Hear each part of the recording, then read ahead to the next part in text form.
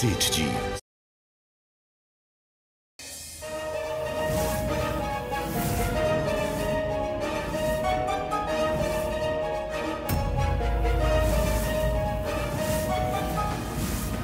चोर है तीनों। शर्म नहीं आती माता नहीं गहने चोरी करते हुए? शक्ल से चोर दिख रहे तीनों। लेकिन शक है ही क्यों? हम कोई चोर नहीं है, हम देवसु के सेठ जी के बेटे हैं। दिखा दो ना क्या है तुम्हारे पास। तलाशी ले रही इनकी। सर ये रहे गहने चोरी के।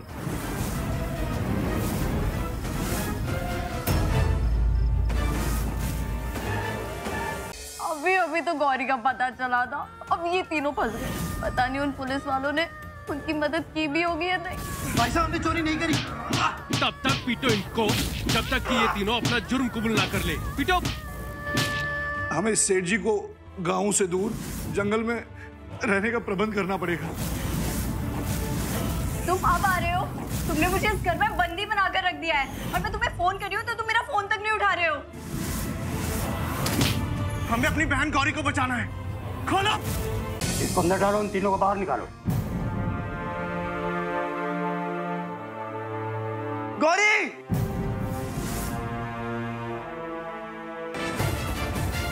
आज मेरी जिंदगी का सबसे खुशी वाला दिन है।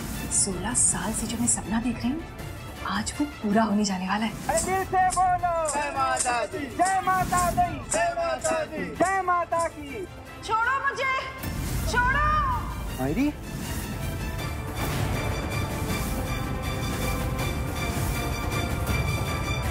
देखा मनप्रीत भाई, इन लोगों ने क्या हालत कर दी मेरी मायरी की।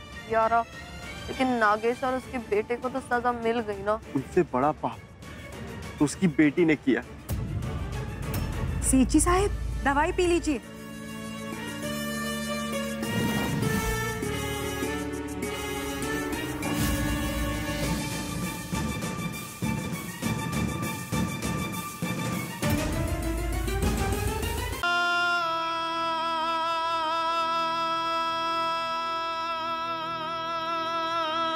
बाजी अब चलते हैं।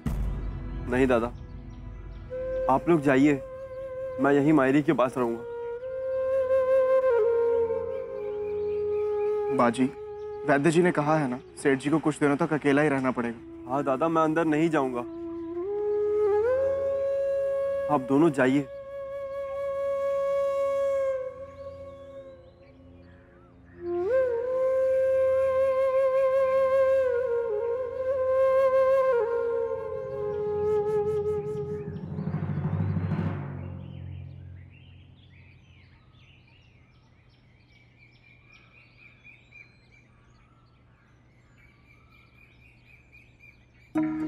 देखा मनप्रीत भाई साहब, क्या हालत कर दी उन लोगों ने मेरी मायरी की। यारा, लेकिन नागेश और उसके बेटे को तो सजा मिल गई ना। उनसे बड़ा पाप तो उसकी बेटी ने किया,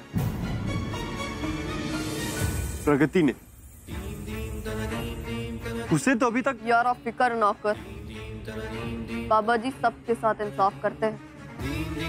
अगर प्रगति ने कुछ गलत किया होगा तो उसके साथ भी गलत होगा। तू अब चल चल।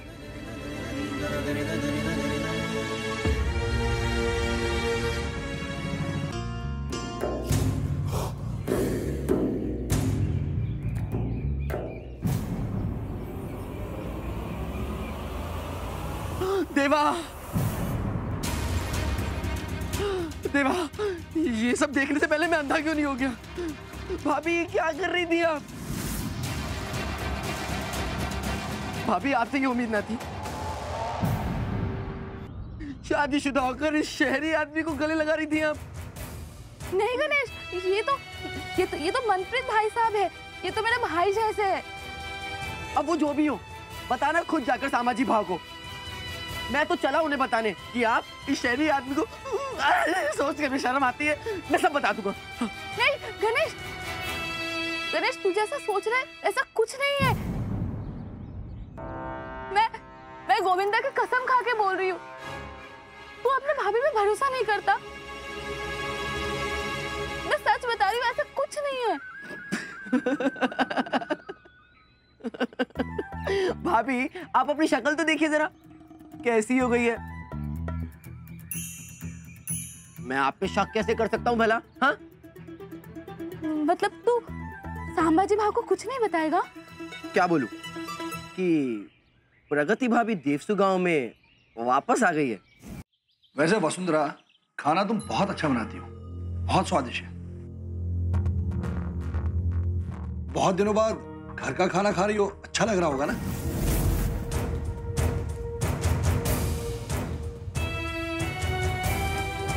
वैसे राघव जी, संभाजी, अमरार में हुआ क्या था? किसी ने कुछ बताया नहीं? आप लोगों को गौरी कहां से मिली? कैसे बचाया उसको? काका बहुत मुश्किल था। उस नागेश सेठ ने और उसके बेटे अमरीश ने गौरी को एक सुनसान इलाके में बंदी बना के रखा हुआ था। अरे देवा देवा देवा, कीड़े पड़े उन्हें। संभाजी, फिर क्या हुआ?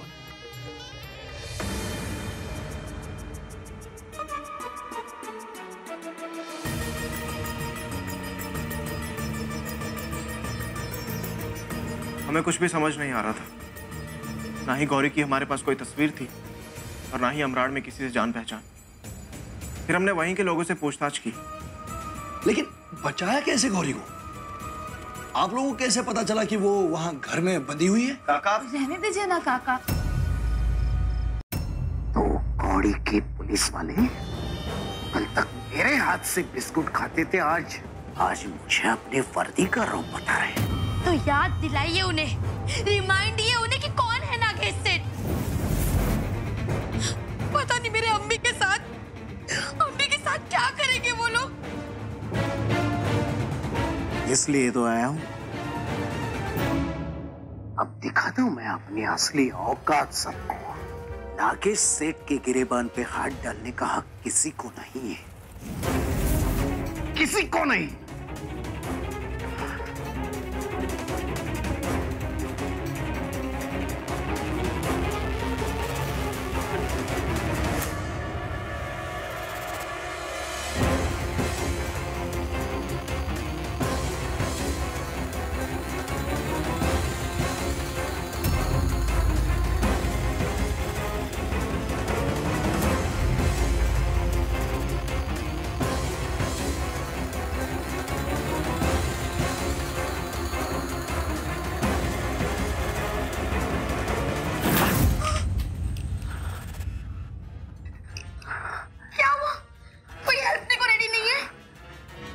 समझ में नहीं आ रहा है क्या हो रहा है।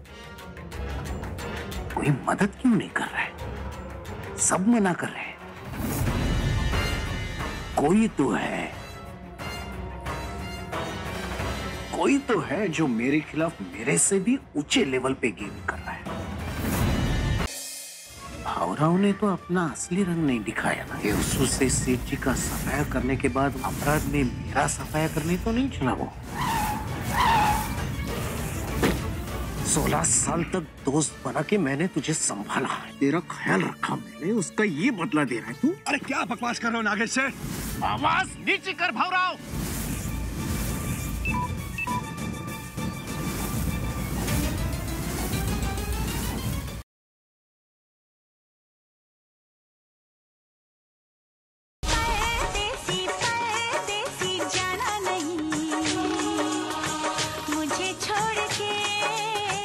गाड़ी की चाबी दे। अबे तेरे तो जेब काट दी किसी ने। शौर्य, प्लीज उठो। हमें यहाँ से निकलना है। शौर्य, प्लीज उठो।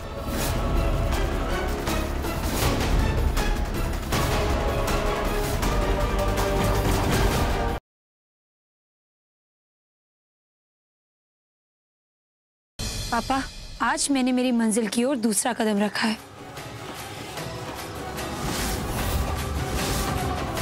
मैं आपको प्रेम के साथ ऐसा नहीं करने दूंगी। मैं सबको बता दूंगी कि आप जो कर रहे हैं वो शादी नहीं, धोखा है। मेरा तुमसे वादा है और चैलेंज भी, ये शादी तो होके रहेगी।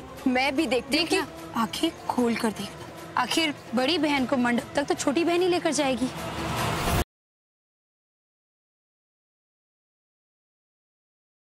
हमारी जिम्मेदारी है, तो मुझे बचाने के लिए हम उसे संग्राम को कैसे सौंप सकते हैं? जिस तरह दिशा तेरी जिम्मेदारी है, उस तरह ये फैमिली मेरी जिम्मेदारी है, और इस फैमिली की सलामती के लिए मैं कुछ भी कर सकता हूँ। अपनी हर खुशी कुर्बान कर सकता हूं।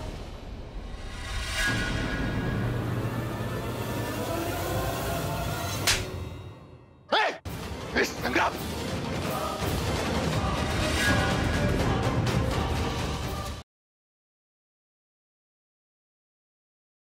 अभी आप शर्लिन की मॉम को फोन मत कीजिएगा और उनको ये तो बिल्कुल मत बताइएगा कि कुंडलियां मैच कर गई। What?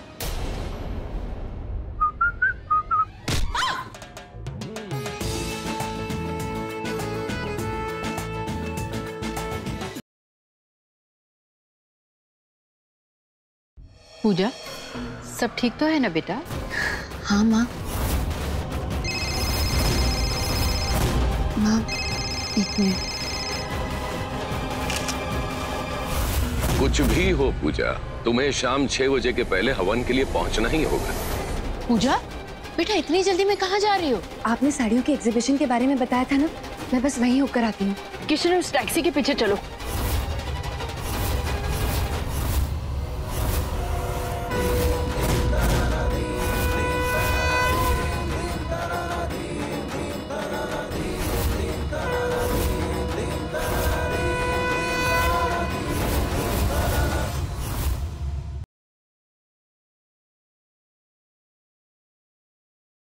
बस आदि का इंतजार कर रही हूँ कि कब वो निशा को डॉक्टर के पास से लेकर आएंगे और हमें सच पता चलेगा। पर कुछ दिनों से उसके बिहेवियर को देख के मुझे उस पर शक हो रहा है। माँ, एक्सीडेंट। किसका एक्सीडेंट हुआ है बेटा? वो गंदी माँ का और पापा का एक्सीडेंट हो